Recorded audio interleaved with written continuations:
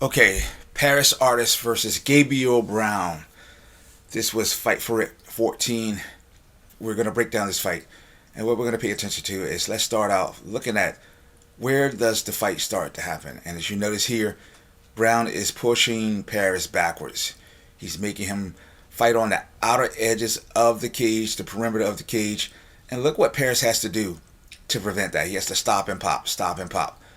But then Gabriel is able to make contact, push him up against the cage. It's not that important we pay attention to the specific techniques that they're using, but you do want to pay attention to what works over and over. So here you have Gabriel with a big takedown, and that is a big theme going into this fight. We knew that, hey, this guy was going to be able to take you down, so we worked on that a lot in the gym, and we knew coming from Revolution he was going to have submission skills, so that, again, we made sure that we put the best guys in the gym. Now here, Artis uses good fight IQ by smashing Gabriel up against the cage because most people don't punch from here. Most people don't submit from here. So this is a good neutral position, and you're always trying to win or go neutral.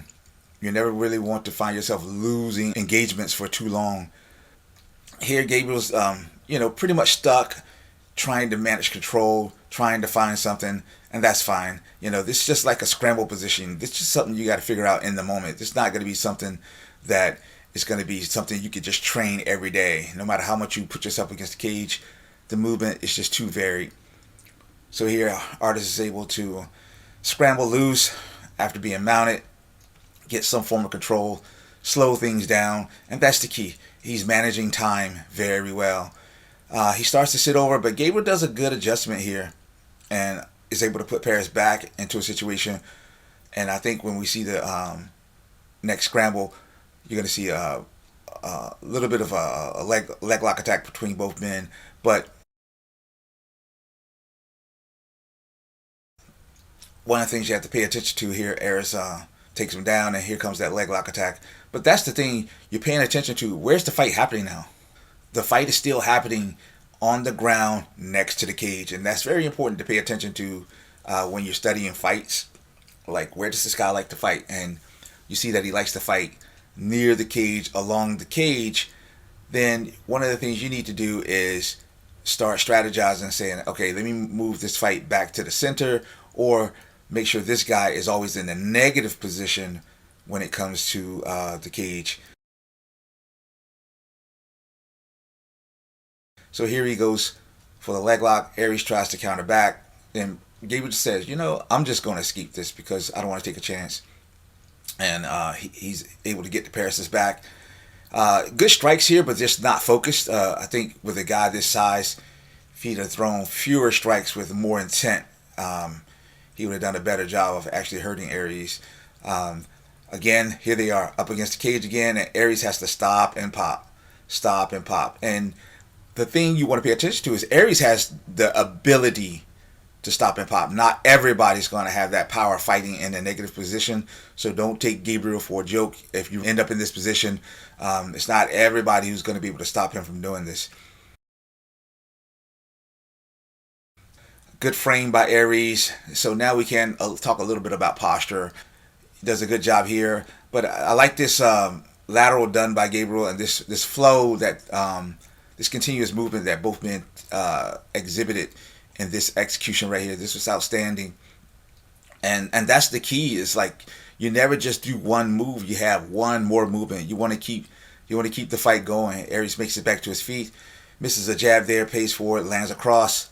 And that's the thing, is now he's starting to move the fight away from the cage, but Gabriel's able to turn him again. This time Gabriel, again, is still along the cage, but look who's in the negative position. It's Gabriel. And Paris is using what he does well. And you notice, look where the heads are pointing. The heads are starting to point toward the middle.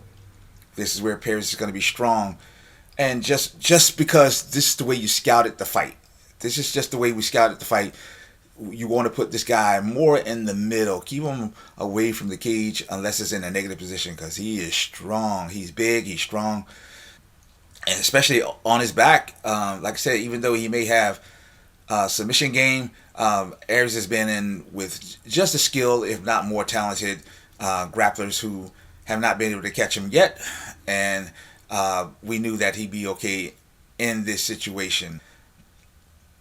The break, and even little things like this when you scout fights, if they have a replay, look at what they thought was important. Look at, something that, the broadcast team said, hey, let's pay attention to this. Because sometimes that thing that you think is a highlight is also a small detail. Pay attention to the corners. Do they look panicked? You see where the ice is on Gabriel. That's where the damage might be. That could be the side of his head. That could be his ear. Pay attention to how they're talking to their fighter. Try to get insight in terms of if they show it on the camera, like the breathing pattern. Is his chest rising up and down, or is his stomach going in and out? Pay attention to the fighter round by round. Pay attention to his posture.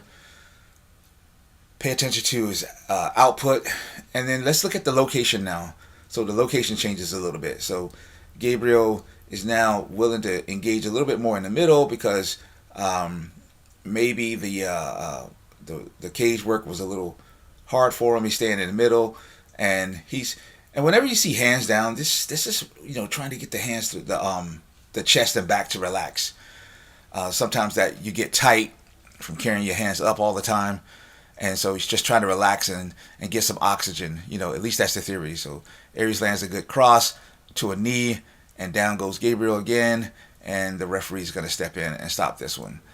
And so again, you see it's along the cage, and Gabriel's in a negative position. But that's one of the things I want you to pay attention to when trying to kind of evaluate fights. Just look at, okay, where's the fight take place? Over and over and over, especially if you're watching multiple videos of the same athlete that you're trying to scout. Where's the fight take place?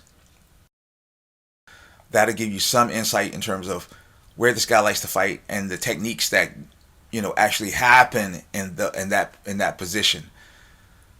All right, I am Coach Sess, and you've had words with the Mad Coach.